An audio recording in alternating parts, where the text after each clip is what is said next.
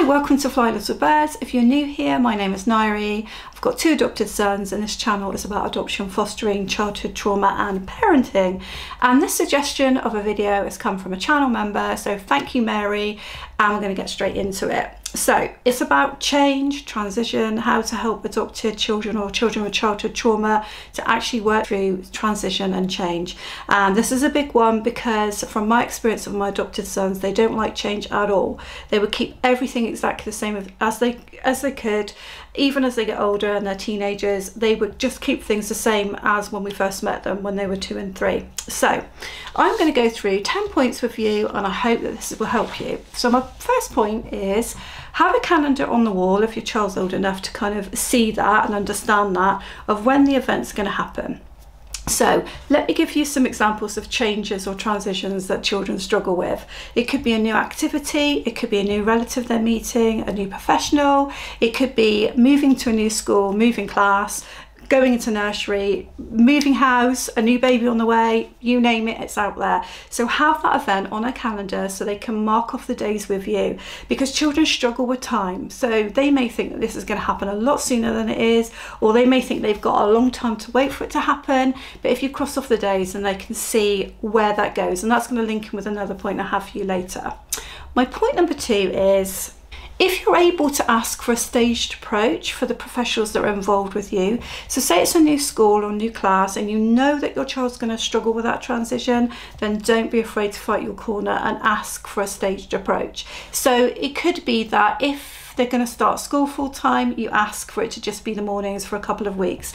Now, I do admit that sometimes professionals, particularly schools, just really struggle with this. I'm working with you on it, but you are there to fight the corner for your child. If you know they're going to struggle, then ask away, because people can only say no. Same with a club or activity, a new friendship. Just go in slower than what maybe other people might expect, and just keep pulling back if you feel that it's not working very well. Be afraid to kind of put the brakes on and hold back from a little bit. Linking with the calendar, a homemade book or journal, scrapbook, whatever way you want to describe it, while your child puts entries in to help them to prepare for when this is going to happen. So if it's a new classroom, a new school, hopefully you'll have some sort of information around that you can cut out and put in a book. You can let them do their own drawings, their own little writings if they're old enough. If you're going to go away on holiday, then you might have a brochure they can cut and stick and just make their own little book. So it could be just paper, could be some cardboard you've got, and put it together, kind of actually make it with them and have the pages there, and then they are working out some of their anxieties into that book. So that's my point number 3. My point number 4 is, if you can get a friendship going for your child, or you can link with another parent who is going to be involved in the same activity or the same classroom or whatever it is you're doing, then if you make the friendship with the parent, you can ask questions of the parent. You can actually offload a little bit yourself and describe to them some of the situations you might go through with your child, and then that parent's going to be the one person that understands when things don't go great and actually supports you. But also, if a little friendship can be formed, it doesn't have to be anything great, but so that your child has a named person that they know is going to be at that activity, that they know is going to be in that classroom, that they know is going to be part of their change of routine.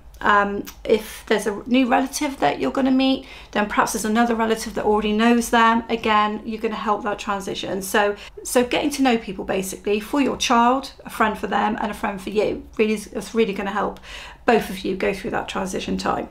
And talk often, that's my number 5. So sometimes you feel like you need to avoid things with your children because you know it's causing them anxiety, so you don't talk about it. And in my opinion, that is the wrong thing to do. You need to talk often about it. So let me give you an example. Say there's a new baby coming. We have a new baby coming. Yes, I'm going to be a grandparent again. I'm so excited. Are my boys excited about it? Probably not. Are they anxious about it? Almost definitely. So what do? Do I go quiet about it? No, I don't. I keep talking about it. Now, I don't talk about it just before they're going to go to bed. I don't talk about it when they're in the middle of doing something they enjoy, but I will describe to them the event and what might happen. So when the baby might be due, what might happen when the baby's born, how often we might see my daughter with the baby, what we might need to do to support her, kind of make all those assumptions from the children that they may not understand about what it's like having a new baby in the family. Now, my boys have gone through that. They have been their uncles, which is really odd. They're 13 and 14 and they're uncles to two other children in the family. And actually, as time's gone on, they've seen the massive benefit of that. And to be able to be not the youngest children anymore, they've loved it in effect. So now they know that this next new baby coming along, they don't need to dread it so much. They have some awareness of what it's going to be like. But for the first baby that came along in the family, they were really, really anxious, and we needed to prepare them, and we collected photographs when the baby was born for them, of them holding the baby. So my next point is point number 6. Got a little bit lost there, wasn't quite sure where I was going. Point number 6 is the attachment toy. Now, attachment toys work really well for younger children, and I admit it's a lot harder with older children. However, it's not impossible. So I think it's important that when your child is away from you, if the anxiety is about a change of something and they're going to be away from you, that they have something to represent you, because you cannot be there. And a lot of the anxiety around change and moving to new schools and classrooms and nurseries or starting clubs is about being away from you. And this is where the childhood trauma comes in, the attachment problems come in, the anxiety around attachment, and the fact that even if you've had your child for a long time, there's still problems around attachment. If you have an attachment toy, it's a reminder of you. Now, I admit that some schools will not allow this to happen, and some nurseries will not allow this to happen.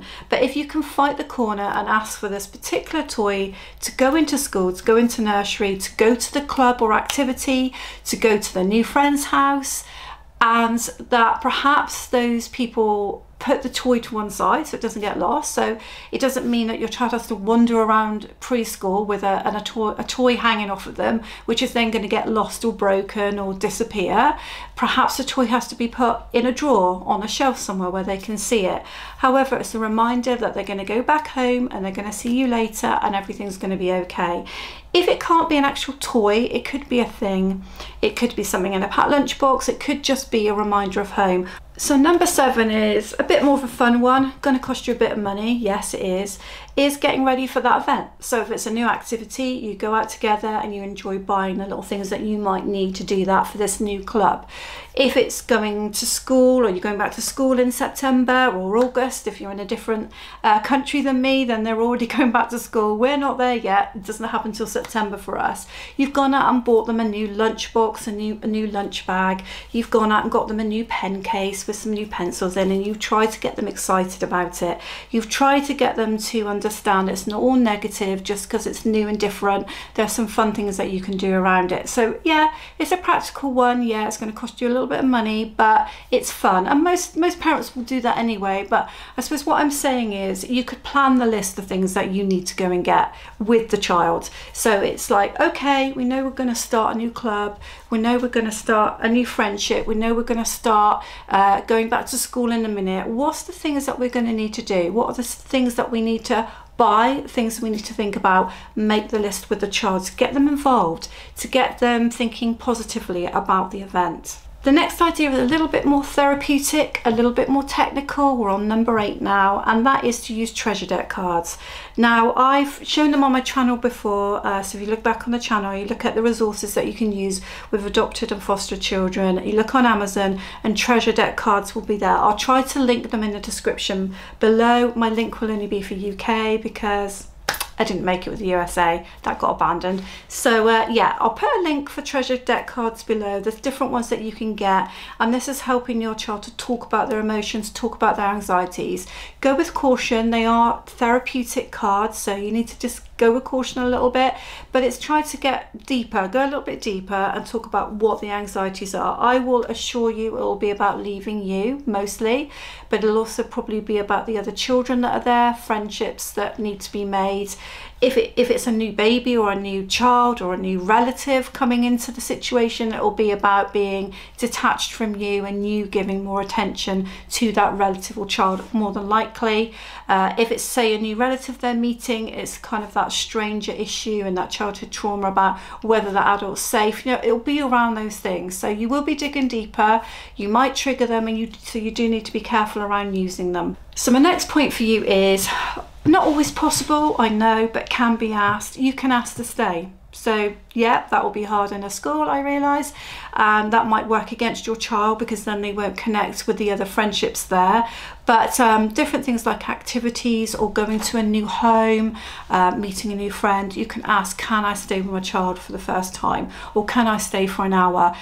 Because, you know, you don't have to just be brave and drop your child off and go, because if your child's really sad and upset and so are you, then actually if you think staying for a little while is going to help them, then ask to do that.